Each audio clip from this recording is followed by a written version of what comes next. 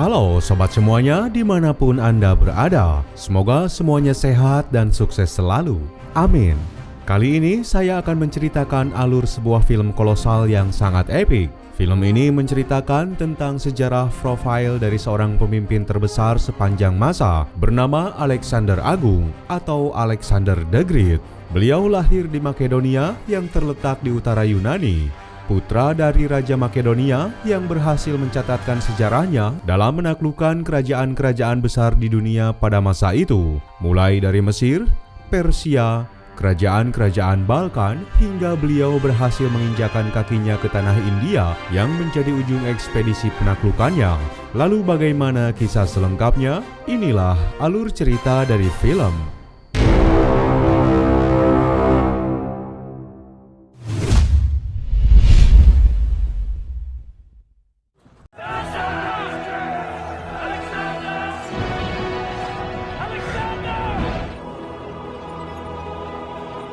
Kisah ini berlatar pada tahun 356 sebelum Masehi di kota Pella, sebuah kota kecil yang menjadi ibu kota kerajaan Makedonia di Yunani kuno.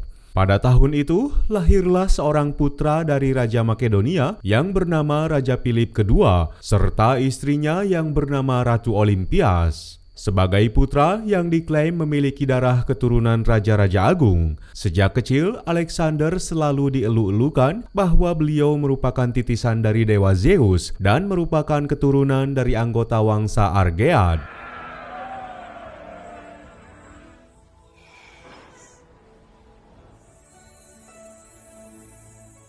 Perspektif film ini diambil dari cerita seorang sahabat Alexander sebagai veteran perang yang masih hidup. Kisah ini diceritakan oleh Ptolemy, di mana setelah Alexander wafat dan mengakhiri kekuasaannya, beliau memutuskan untuk menetap di Mesir, menjadi seorang penulis untuk mengabadikan pengalamannya saat beliau ikut melakukan ekspedisi bersama Alexander, hingga inilah kisahnya. Such a man as Alexander exists, but only one Colossus. Ptolemy mulai menjelaskan bahwa kisah kejayaan Alexander diawali saat dia memutuskan untuk membalaskan dendam atas kematian ayahnya, yang diketahui telah dibunuh oleh pengawalnya sendiri bernama Pausanias. Peristiwa itu terjadi setelah Raja Philip sebagai penguasa Makedonia membatalkan tawaran ikatan persekutuan dengan pihak Yunani. Dan dari sanalah Alexander mulai dinobatkan sebagai Raja baru Makedonia.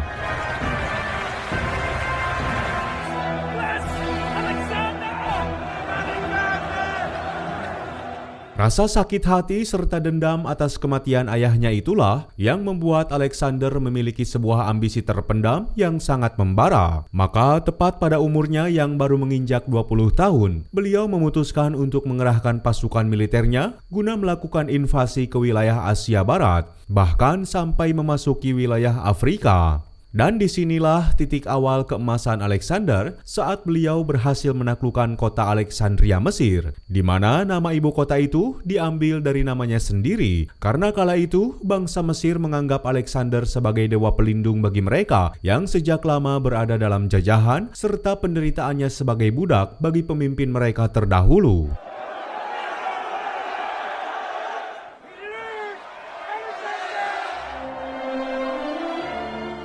Alexander diterima oleh bangsa Mesir hingga beliau berhasil membangun kekuatan baru serta menjadikan wilayah itu sebagai basis militer serta pemerintahannya.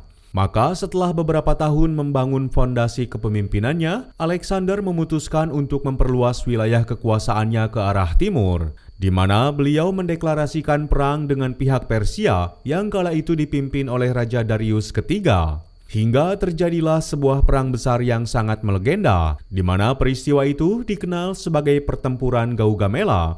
Pada perang itu, Alexander mengerahkan puluhan ribu pasukan Makedonia yang diperkuat oleh tentara bayaran Yunani untuk berhadapan langsung dengan ratusan ribu pasukan Persia Babilonia. Alexander had waited for all his life, Darius himself. Atas kalahnya jumlah pasukan, perang itu menjadi gambaran menakutkan bagi pasukan serta para petinggi militer yang selama ini setia mendampingi Alexander. Mereka merasa ragu, bahkan sangat pesimis untuk bisa memenangkan perang ini. Meski semua mengetahui bahwa Alexander dan pasukannya tak pernah memiliki riwayat kekalahan saat berperang dengan kerajaan-kerajaan Asia, terutama wilayah Asia Minor. Namun Alexander berhasil mematahkan keraguan serta rasa pesimis dari pasukannya. Beliau meyakini bahwa Dewa Zeus akan memberi mereka kekuatan dalam setiap perang, dan tak ada satupun orang yang bisa menghalangi ambisinya untuk menaklukkan dunia. Earth has two suns. Will Asia bear two kings? To steal this victory, Cassandra.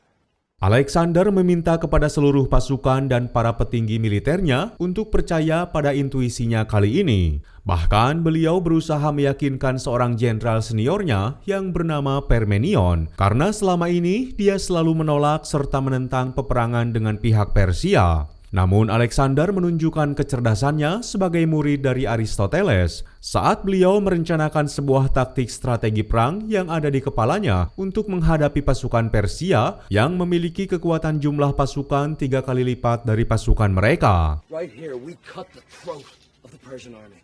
But the Persians, they cannot move without speak of home.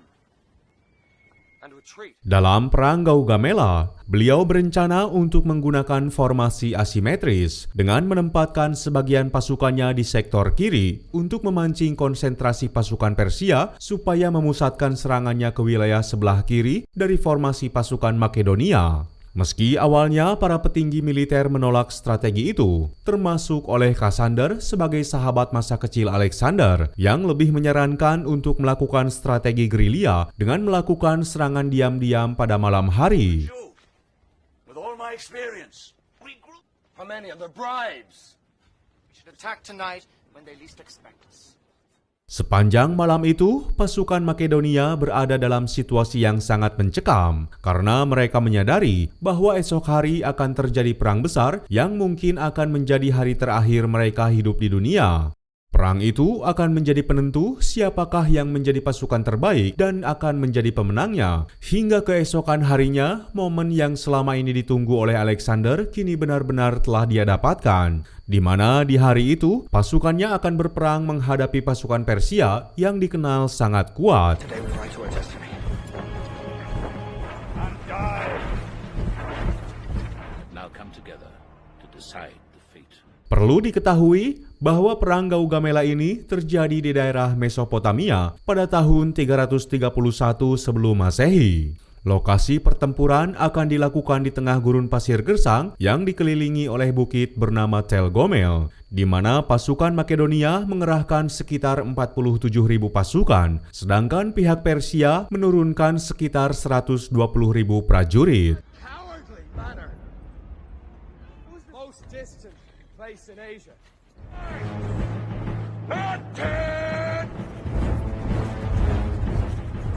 Pada siang itu, pertempuran dimulai ketika Raja Darius III mulai memerintahkan pasukan infanteri dan kavalerinya untuk melakukan serangan lebih awal. Dan ternyata pergerakan mereka berjalan sesuai rencana saat pasukan Persia memutuskan untuk menyerang formasi pasukan Makedonia yang berada di sektor sebelah kiri, di mana sektor itu dipimpin oleh Parmenion yang sangat diharapkan dan diandalkan supaya bisa menahan gempuran puluhan ribu pasukan musuh. Sementara itu, Alexander memerintahkan sektor bagian tengah yang dipimpin oleh Antigonus supaya melonggarkan pertahanannya, dengan harapan bahwa musuh akan menganggap lemah sektor itu dan memfokuskan serangan di sana.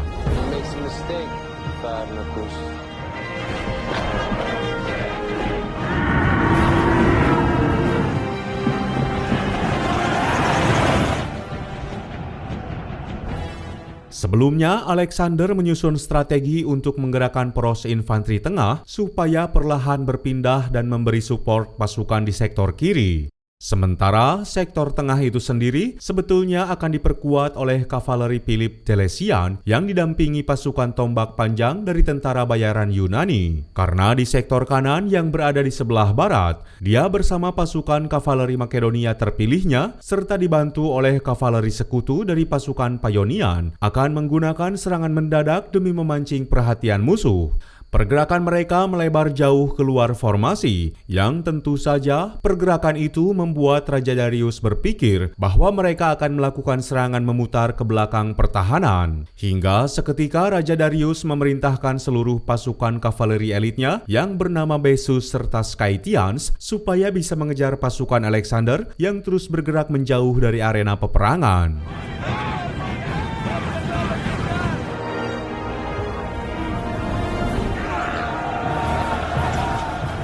Setelah mengetahui bahwa pihak Persia telah masuk perangkap, dalam situasi itu, Alexander terus membawa pasukannya semakin menjauh keluar dari formasi pasukan utamanya. Dia sengaja terus mencuri perhatian kavaleri musuh supaya mereka melakukan penghadangan, hingga mereka tak menyadari bahwa sebetulnya sektor kiri mereka telah terbuka.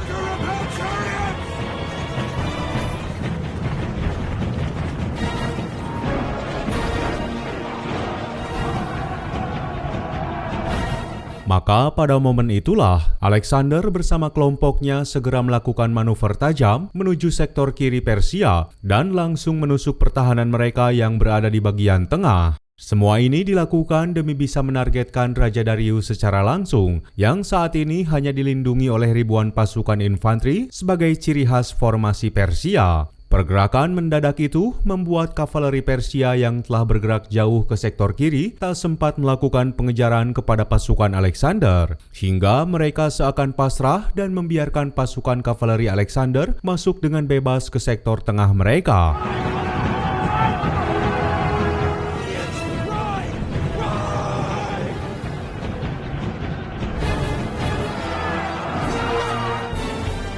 Dengan kejeniusannya dalam mengatur strategi perang, Alexander segera memerintahkan pasukan infanteri di sektor tengah yang dari awal telah menunggu momen ini untuk menyerbu ke arah depan guna membantu penyerangan terpusat itu. Dan pada akhirnya, manuver cerdik itu berhasil membuat Raja Darius seketika panik. Maka beliau segera memerintahkan pasukan infanteri perlindungannya supaya bisa menghadang pasukan musuh yang semakin mendekat. Meskipun di tengah situasi itu, sektor kiri pasukan Makedonia yang dipimpin oleh Parmenion kini semakin terdesak untuk menghadapi pasukan Persia yang terus menyerang mereka, dan seolah-olah pasukan itu memang sengaja ditumbalkan.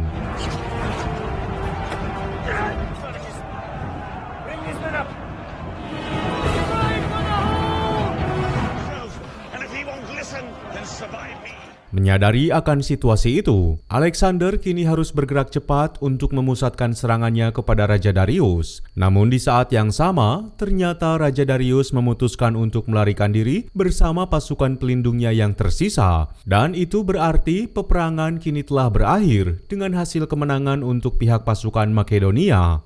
Kemenangan itu benar-benar membuktikan bahwa Alexander kini telah berhasil menggapai mimpinya untuk bisa menaklukkan Persia. Bahkan beliau kini berhasil menduduki istana Babilonia yang sangat megah, serta mengambil alih semua pasukan Persia yang tersisa dan semua rakyatnya. Alexander at 25 was not yet known, was destroyed. Aristotle may have called them barbarians. Saat itu, Alexander mulai merasakan kemewahan yang disajikan Istana Agung Babilonia. Namun ternyata, semua kemewahan itu tak ada artinya bagi Alexander jika beliau belum berhasil membunuh Raja Darius yang diyakini masih hidup dan masih berkeliaran dalam pelariannya. Maka singkat cerita, setelah Alexander menguasai Istana Babilonia selama 6 tahun lamanya, tepatnya pada tahun 327 sebelum Masehi, dia memutuskan untuk kembali memburu Raja Darius bersama sisa-sisa pasukannya yang kini telah berhasil dilacak oleh para pasukan pengintainya bahwa mereka melarikan diri ke arah timur laut wilayah Persia. Guerrilla war of almost 3 years. We chased Darius towards Bactria. Alexander mulai berangkat melakukan pelacakan dan perburuan bersama pasukannya yang setia, serta dibantu oleh aliansi pasukan Persia yang memilih membelot dan bergabung bersamanya. Saat itu mereka terus bergerak ke arah timur laut menempuh jarak ratusan kilometer, hingga tanpa disadari, kini Alexander bersama pasukannya telah sampai di wilayah Bactria, dan di sanalah Alexander menemukan Raja Darius yang telah wafat karena dieksekusi oleh pengawalnya yang memberontak dan berkhianat. By his own commanders. He drank and died. Kematian Raja Darius bukan berarti mengakhiri misi Alexander, karena ternyata Alexander kembali memutuskan untuk memburu para pembunuh Raja Darius demi menghormati kematian sang Raja Persia. Hingga selama misinya itu, beliau ternyata telah berhasil menaklukkan suku-suku barbar yang pada akhirnya mereka menerima pengakuan kepada Alexander sebagai pemimpin baru mereka. Alexander founded his 10th Alexandria and set up Subsidia. Alexander, there could be no pretender to the throne of Asia.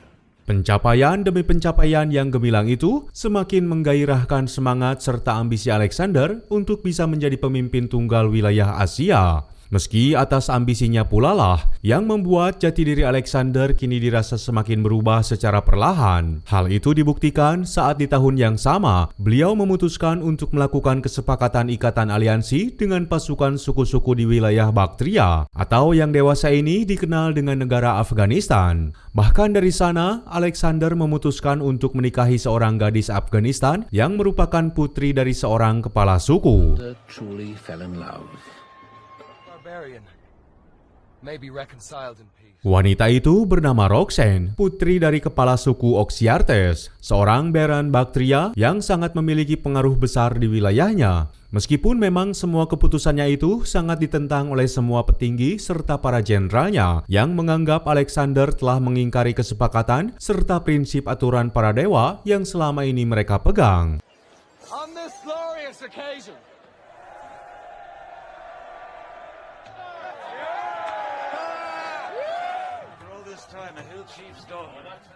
Namun ternyata semua protes itu tak dihiraukan olehnya, karena Alexander melihat dan meyakini Roxanne sebagai wanita pemberani yang layak untuk memberikan keturunan darinya. Walaupun perlu diketahui, sesuai isi cerita yang dihadirkan di film ini, kala itu Alexander juga memiliki kekasih sesama jenisnya yang bernama Hephaestion, yang merupakan teman semasa kecilnya, serta seorang laki-laki bernama Bargoas yang merupakan seorang budak Persia. Karena kita jika melihat flashback ke belakang, diceritakan bahwa sejak kecil Alexander dituntut untuk belajar ilmu-ilmu kehidupan dari Aristoteles, di mana dalam proses belajarnya, Aristoteles selalu memberikan doktrin kepada murid-muridnya, bahwasanya rasa cinta antara laki-laki adalah merupakan perasaan yang murni, seperti yang dilakukan oleh Achilles dengan kekasihnya Patroclus. Karena menurut Aristoteles, perasaan cinta sesama lelaki ini akan menghindarkan mereka dari kecemburuan yang akan melemahkan logika serta ilmu pengetahuan mereka. Cassandra, jealousy, together in lust. It is a surrender to the passion state and lift us from our frog pond. Itulah alasan yang membuat Alexander memilih laki-laki yang cocok untuk dia cintai, yaitu Hephaestion. Karena menurutnya, Hephaestion adalah laki-laki yang setia, jujur, dan pemberani. Keputusannya itu juga didukung oleh Olympia sebagai ibunya, yang menganggap bahwa Hephaestion adalah orang yang tepat untuk menemani Alexander. Tak sampai di sana, Aristoteles juga seringkali memberikan doktrin bahwasanya orang-orang timur atau Asia merupakan orang-orang bodoh dan barbar yang terjerat oleh sifat pengabdian dan perbudakan mereka, serta menganggap bangsa Yunani lebih unggul daripada mereka. Hingga atas alasan itu pula lah Alexander tergugah untuk membuktikan perkataan gurunya itu, yang kini membuat Alexander memutuskan untuk menaklukkan seluruh wilayah Asia. Sprung not from the loins of Zeus, but from his mind. And we must honor them. Such as Pallas swallowing men and their dreams. Maka pada saat ini, Alexander telah berhasil melakukan setengah dari misinya, dan kini beliau berhasil sampai di wilayah Baktria atau Afghanistan.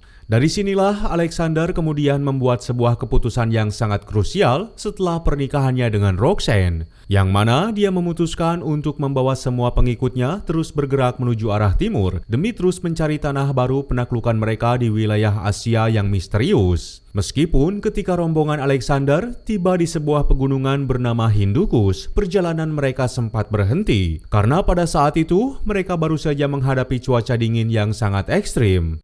Dalam situasi itu, hampir semua jenderal memohon kepada Alexander supaya membatalkan misinya dan kembali pulang ke Persia. Terlebih saat kondisi mereka tak memungkinkan lagi untuk bisa mendaki gunung-gunung tinggi yang menjadi penghalang untuk memasuki wilayah Asia Tengah. Atas desakan dan tuntutan itu, Alexander kini memiliki rencana lain yang sangat mencengangkan bagi seluruh pasukannya. Dia memutuskan menghentikan ekspedisi serta penaklukan mereka ke arah timur, namun dengan satu syarat, yaitu semua pasukannya harus memutar arah menuju selatan demi bisa menginjakan kaki mereka ke wilayah India, di mana Alexander ingin membuktikan perkataan yang selama ini selalu diucapkan oleh gurunya, bahwasanya India merupakan ujung daratan dari dunia. Hingga dari sana Alexander akan melakukan perjalanan pulang menggunakan jalur laut menuju Mesir. Dengan perasaan berat hati, maka seluruh pasukan pengikut Alexander terpaksa menuruti perintah itu, meski mereka semua telah mengetahui dan meyakini bahwa jika perjalanan ini dilakukan, maka akan membawa mereka ke dalam peperangan besar mengerikan dengan kerajaan India. Terlebih kala itu, suku-suku Afghanistan selalu menceritakan tentang kehebatan pasukan kerajaan India yang selalu menggunakan kavaleri gajahnya dalam setiap peperangan. In a few years' time, we will return every known trail, Alexander. Hingga pada akhirnya rencana penaklukan terakhir itu mulai dipersiapkan. Terlebih, ini merupakan misi penaklukan terakhirnya supaya Alexander bisa mencatatkan sejarah sebagai penakluk kerajaan di seluruh dunia. Namun sebelum perjalanan itu dilakukan, terlebih dahulu Alexander mulai mencari prajurit yang menentang serta melakukan pembangkangan dalam misinya. Bahkan beliau tak segan-segan untuk memberikan hukuman pada mereka dengan cara hukuman mati. Situasi itu memang telah diprediksi sejak awal karena memang misi penaklukan India ini dianggap sebagai misi mustahil yang akan mengantarkan nyawa mereka kepada musuh. Hampir semua prajurit menolak, termasuk Jenderal Besar Verminion yang berkhianat dan melakukan percobaan pembunuhan kepada Alexander, serta Clytus yang saat itu melakukan pembangkangan dan menolak untuk terus mengabdi. In you and those like you is this. We're in new worlds. To maintain our empire and supply this expedition. But what Aristotle said. An Asian? Setelah pembersihan para pengkhianat itu selesai dilakukan, pada akhirnya Alexander bersama pasukannya mulai melanjutkan perjalanan ke arah selatan, melintasi hutan-hutan rimba yang belum pernah mereka masuki seumur hidupnya. Bahkan pada momen itulah pasukan Makedonia untuk pertama kalinya mulai melihat spesies-spesies binatang baru yang belum pernah mereka jumpai sebelumnya. Dan setelah beberapa minggu melakukan perjalanan, singkat cerita, kini pasukan Alexander telah sampai di sebuah hutan yang menjadi wilayah perbatasan kerajaan India bernama Kerajaan Vaurava. Kala itu, Alexander memiliki sisa kekuatan pasukannya sebesar 110.000 prajurit yang terdiri dari pasukan Makedonia, sekutu Persia, sekutu Yunani, sekutu Baktria, serta dari orang-orang pribumi India yang sebelumnya berhasil dibujuk untuk bergabung. Pertempuran yang akan terjadi kala itu dikenal dengan Pertempuran Hydaspes sebagai pertempuran terakhir Alexander dalam misi penaklukannya. Hingga tak lama kemudian, dari kejauhan mereka mulai mendengar derap langkah pasukan kerajaan India yang dipimpin oleh seorang raja bernama Raja Puru. Together we are strong as gods.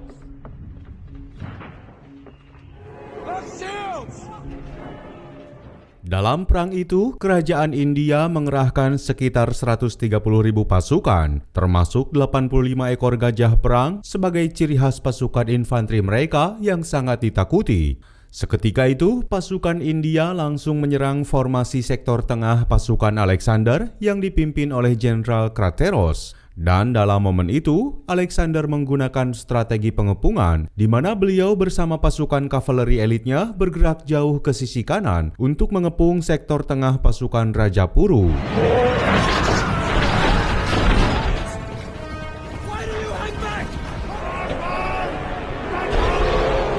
Namun pada kenyataannya, strategi perang yang digunakan kerajaan Vaurava ini memang begitu hebat. Taktik Alexander berhasil dibaca oleh Raja Puru, hingga beliau langsung memerintahkan semua pasukan kavalerinya untuk menghadang dan menghancurkan pasukan Alexander. Situasi kini mulai berbalik. Dalam kondisi terpojok itu, Alexander mulai berpikir supaya mereka bisa lolos dari kepungan kavaleri musuh. Bahkan yang lebih parah lagi, ternyata di saat yang sama pasukan pasukan sektor tengah Alexander telah berada di ambang kehancuran akibat terus diserang oleh pasukan gajah yang sangat kuat. Hingga dengan instingnya, Alexander memutuskan untuk menarik semua pasukan kavaleri elitnya melarikan diri dari sektor kanan. Karena saat itu, beliau akan menumbalkan pasukan infanteri Persia serta India untuk melawan pasukan kavaleri musuh.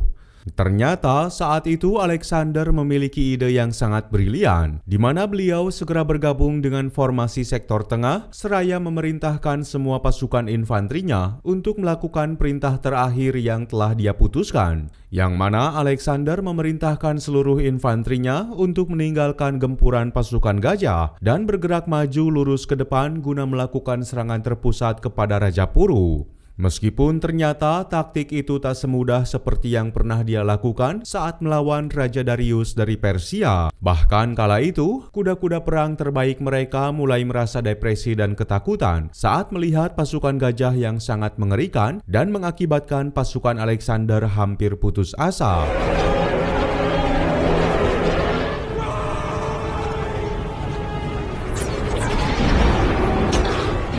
Maka di tengah situasi itulah, dengan gagah beraninya, Alexander memutuskan untuk maju seorang diri. Dia memaksa kuda kesayangannya yang bernama Bucephalus untuk maju sendirian menembus barisan pertahanan infanteri musuh demi menargetkan pemimpin tertinggi mereka.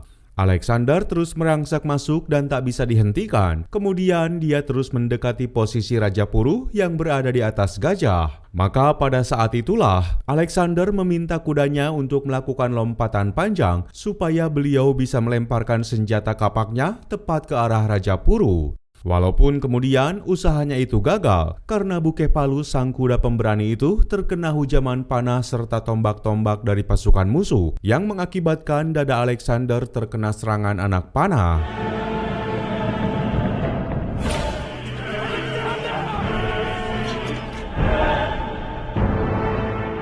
Seketika itu Alexander terkapar dan dia mulai merasa bahwa inilah akhir dari perjalanan hidupnya.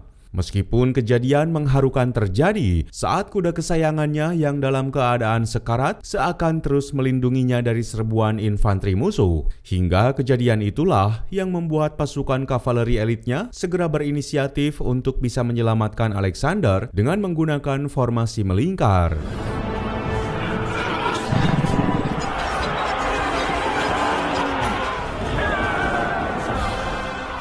Semangat serta kegigihan pasukan Makedonia itulah yang membuat pasukan India kewalahan. Bahkan dalam kondisi itu menyebabkan banyak korban jiwa dari pihak kerajaan India. Hingga kala itu Rajapuru yang telah melihat Alexander dalam kondisi sekarat mulai menganggap bahwa dia telah memenangkan perang ini. Maka Rajapuru memerintahkan pasukannya untuk mundur karena beliau merasa telah memenangkan perang serta demi menghindari korban jiwa yang lebih banyak. It was the bloodiest of his battles. We'd never be men again. Beberapa saat kemudian, setelah perang itu selesai, Alexander segera diselamatkan oleh para jenderalnya yang tersisa. Tubuhnya ditopang oleh sebuah perisai untuk dibawa kembali ke kamp mereka di perbatasan wilayah utara. Hingga pada momen itulah Alexander baru saja menyadari bahwa akibat dari ambisinya ini ternyata menyebabkan banyak pasukannya yang terluka dan menderita, bahkan ribuan nyawa melayang hanya demi perintahnya.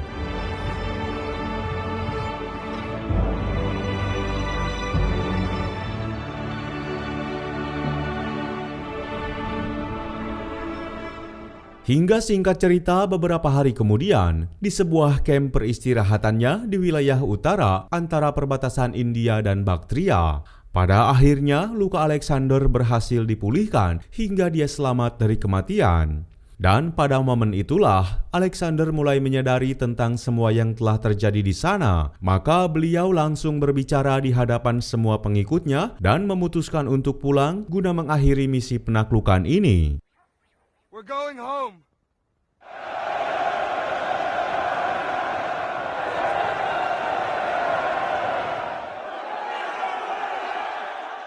Rasa haru kebahagiaan serta gegap gempita kegembiraan langsung terdengar dari semua pasukan yang telah lama mengabdi dan mengikuti jejak ambisi penaklukannya sampai sejauh ini. Maka sebelum pasukan Alexander benar-benar meninggalkan wilayah itu, mereka sempat membangun altar Dewa Zeus yang menandakan bahwa dirinya telah berhasil sampai ke tanah India yang telah mereka anggap sebagai ujung dunia. Altar itu juga sebagai simbol perlindungan bagi mereka, karena saat itu Alexander memutuskan untuk menempuh rute darat dalam perjalanan pulangnya dengan melewati gurun Gedrosian yang menjadi rute terdekat untuk bisa sampai ke istana Babilonia di Persia. Devotions to the gods at the end of the great journey. The Titans were once here. Home to Babylon. Life. Heracles died of a poisoned shirt. Singkat cerita, beberapa minggu kemudian, akhirnya pasukan Alexander berhasil sampai di istana Babilonia yang menjadi pusat pemerintahannya di wilayah Asia. Di sana, Alexander mendapati kabar yang sangat mengejutkan tentang kematian Hephaestion sebagai kekasih lelakinya yang meninggal karena diracuni oleh seseorang. Sontak dia langsung meyakini bahwa tindakan itu dilakukan oleh Roxanne sebagai istrinya yang selama ini menentang hubungan mereka. Hingga Alexander memutuskan untuk berpisah dengan Roxanne, walaupun kala itu beliau belum mengetahui bahwa saat ini Roxanne sedang mengandung calon putra darah dagingnya. Where is this doctor? I don't think any other would have dared. Kemudian Alexander meluapkan perasaan duka cita itu dalam suasana pesta meriah untuk merayakan malam terakhirnya di istana Persia. Karena keesokan harinya, Alexander berniat pulang ke istana Mesir sebagai rute terakhir perjalanannya sebelum mereka bisa kembali ke tanah kelahirannya di Makedonia Yunani dengan menggunakan perjalanan laut melintasi perairan Mediterania. Meskipun di tengah pesta itu pula, secara mengejutkan Alexander juga diracuni oleh seseorang yang memang selama ini mengharapkan kematiannya. Dan kejadian itu membuat Alexander ambruk tak berdaya hingga kini beliau dalam keadaan sekarat yang menyebabkan agenda kepulangan mereka kembali tertunda.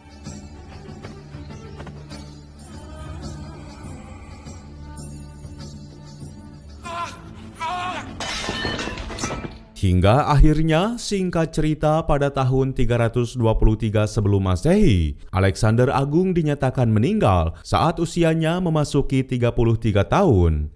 Wafatnya Alexander seketika memecah kubu-kubu dalam pasukannya, menyebabkan pertengkaran hebat terjadi antara pasukan Makedonia dengan pasukan sekutu Yunani yang memperebutkan jasad Alexander untuk menentukan di mana jasadnya akan disemayamkan.